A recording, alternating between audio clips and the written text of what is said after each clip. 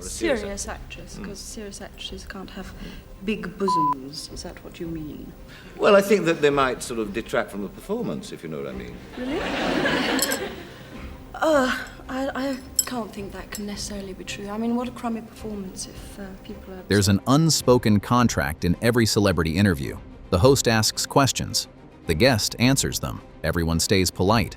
But what happens when the host breaks that contract? Now, were you able to wear undergarments? You're like the fifth person that's asking Well, no, that to me. because What is going on? Since when did people start asking each other about in interviews about their underwear? No, because it is such a skin tight. Here's I'll why. leave it up to your imagination. Oh, see? Okay. When the questions become invasive, condescending, sexist, or just plain disrespectful? What happens when the most famous people on the planet decide they've had enough? From Charles. I didn't receive a diamond, and I'm not going to speak about that. Thank you very much. They don't scream, they don't beg, they dismantle. From surgical one-liners that leave interviewers speechless to full-blown walkouts that end careers, these are the moments when celebrities had zero tolerance for disrespect. And every single one of them is unforgettable. Segment 1. Helen Mirren versus Michael Parkinson, 1975. In 1975, legendary actress Helen Mirren sat down with BBC host Michael Parkinson for what should have been a standard promotional interview. Instead, Parkinson opened by quoting a critic who described Mirren as having sluttish eroticism. Then he asked if her equipment, and yes, he was referring to her body, People watching... Great detail. Well, your physical attributes. You mean my fingers? No, I meant your... Come on, spit it out. I meant your figure. My figure. made it difficult for her to be taken seriously as an actress. Mirren didn't flinch. She fired back. Serious actress, because serious actresses can't have big bosoms. Is that what you mean? Well, I think that they might sort of detract from the performance, if you know what I mean. Really? I can't think that can necessarily be true. I mean, what a crummy performance if people are obsessed. Because serious actresses can't have big bosoms. Is that what you mean? She told him that if an audience was paying more attention to her figure than her performance, it must be a crummy performance. And then she called his entire line of questioning boring. Decades later, Mirren referred to Parkinson as a sexist old fart. The interview is almost 50 years old, and it remains one of the most important moments of on-camera resistance ever recorded. Segment 2. Russell Brand versus Morning Joe, 2013. In 2013, Russell Brand appeared on MSNBC's Morning Joe to promote his Messiah Complex tour. From the very first moment, it was clear something was wrong. Host Mika Brzezinski openly admitted she didn't know who he was. The panel started talking about him in the third person, while he was sitting right there. They discussed him like he was a specimen, not a guest. I'm talking about Malcolm X, Che Guevara, Gandhi, and Jesus Christ, and how these figures are significant culturally, and how icons are appropriated and used to designate consciousness and meaning, particularly posthumously. Brand wasn't having it. He asked, "Why is our culture behaving like this? How has this become normal?" When the hosts continued to fumble, Brand did something no guest had ever done. He got up, walked to the news desk, and started reading the teleprompter himself.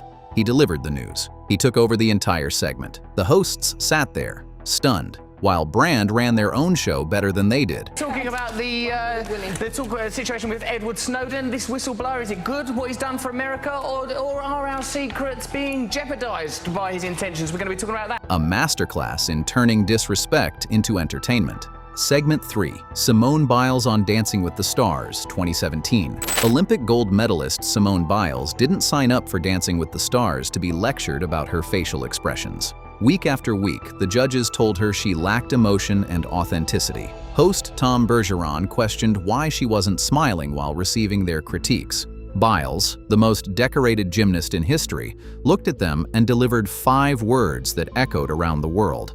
Smiling doesn't win you gold medals. I was waiting for you to smile at some of the compliments. You didn't.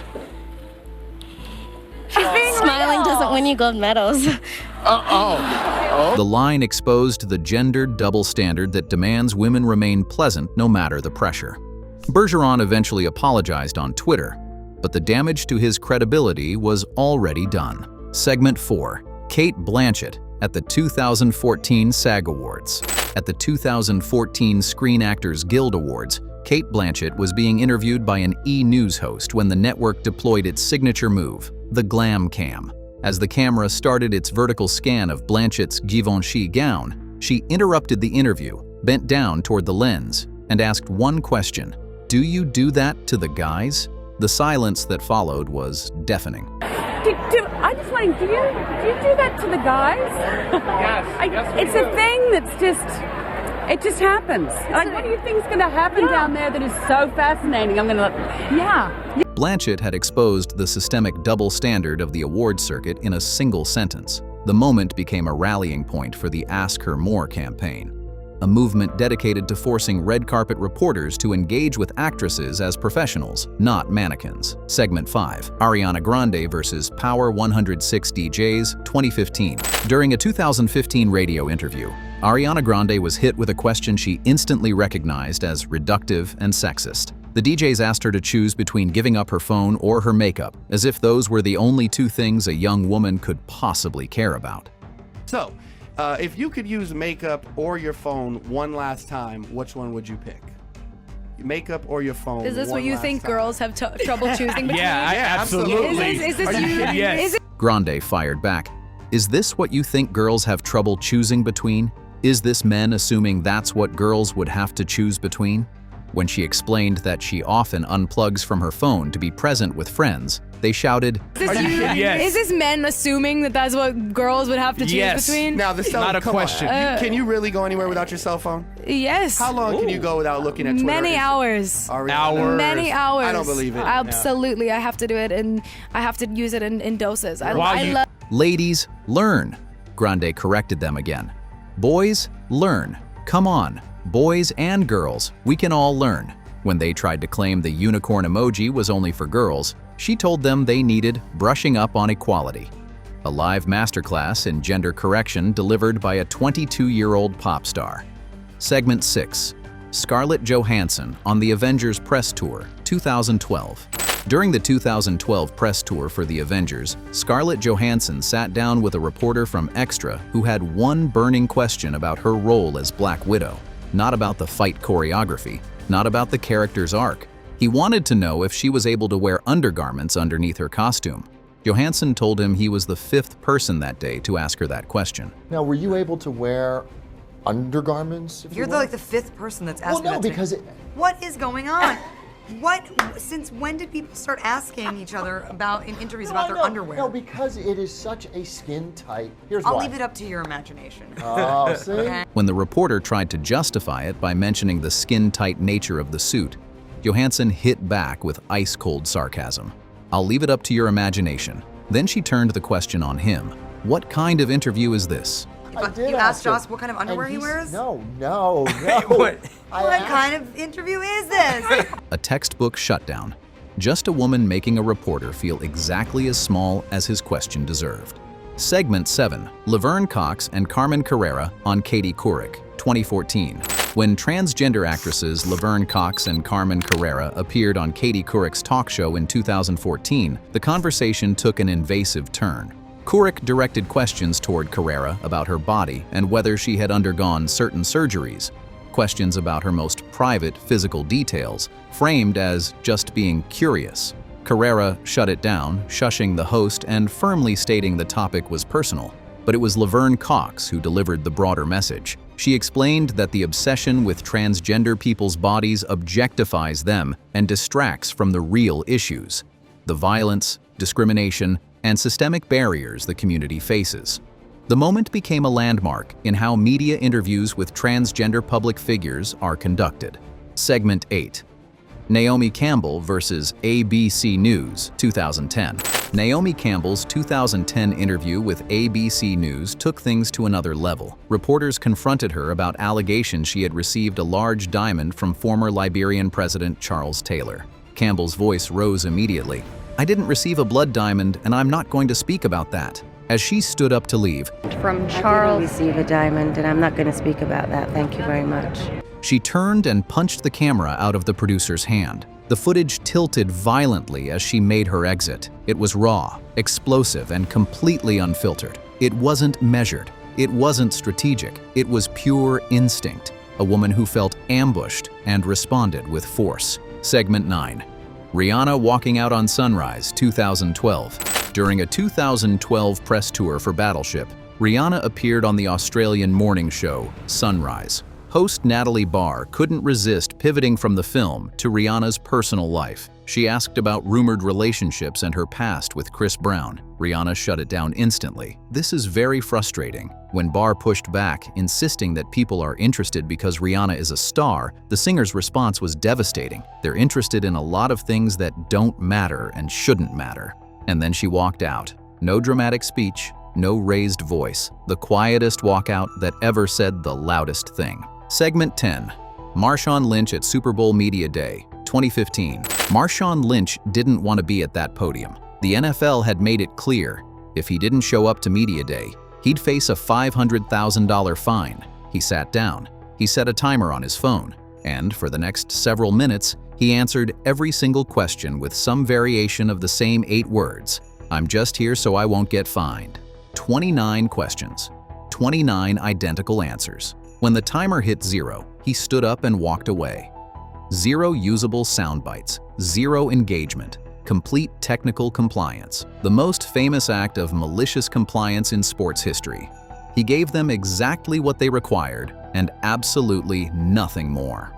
Segment 11. Cara Delevingne versus Good Day Sacramento, 2015. While promoting Paper Towns in 2015, model and actress Cara Delevingne sat for a satellite interview with Good Day Sacramento that fell apart from the very first word. The host called her Carla, then asked if she'd even read the book the movie was based on. Delevingne, exhausted, responded with dry British sarcasm that sailed completely over the host's heads. They asked if she was exhausted or just unhappy to be speaking with them. Her response was ice cold. "No, I think it's just you." The hosts told her to take a nap and cut the feed. Author John Green came to her defense publicly, calling the press junket process inherently dehumanizing and praising Delevingne for refusing to be an automaton. Segment 12. Hugh Grant at the 2023 Oscars red carpet. At the 2023 Academy Awards, Hugh Grant demonstrated what happens when a celebrity decides he's simply not going to participate in the charade. When model Ashley Graham interviewed him on the red carpet, Grant gave the shortest, most dismissive answers imaginable. "What are you wearing?" "Just my suit." "What's your favorite part of the Oscars?" It's Vanity Fair. Every question was met with barely concealed disdain. No charm, no energy, no effort. Some called him rude. Others called him the most honest person on the red carpet that night. Either way, Grant made it clear that he had no interest in performing enthusiasm for a camera. Segment 13. Nicki Minaj versus Miley Cyrus at the 2015 VMAs. In the weeks leading up to the 2015 MTV Video Music Awards, Nicki Minaj had publicly called out the industry for overlooking black women's contributions to music. Miley Cyrus, who was hosting the show, gave an interview dismissing Minaj's comments as not nice. When Minaj won Best Hip Hop Video and took the stage, she accepted her award, turned directly to Cyrus, and delivered 4 words that stopped the room. "Miley, what's good?" The camera cut to Cyrus. She stammered. She had no response. The audience erupted. It wasn't planned. It wasn't scripted. The clip went viral instantly and remains one of the defining moments of live television confrontation. Segment 14. Prince walks off The View, 2010. When Prince appeared on The View in 2010, the music legend clearly expected a certain level of professionalism. He didn't get it. During the interview, host Sherry Shepherd made a suggestive joke about Prince making love that crossed his personal boundary. Prince's reaction was immediate and wordless. He stood up, adjusted his jacket, and walked off the set without looking back. No explanation, no argument, no second chances. The hosts were left scrambling on live television. For Prince, it wasn't about the severity of the comment, it was about the principle. He had a standard, and the moment it was violated, the conversation was over.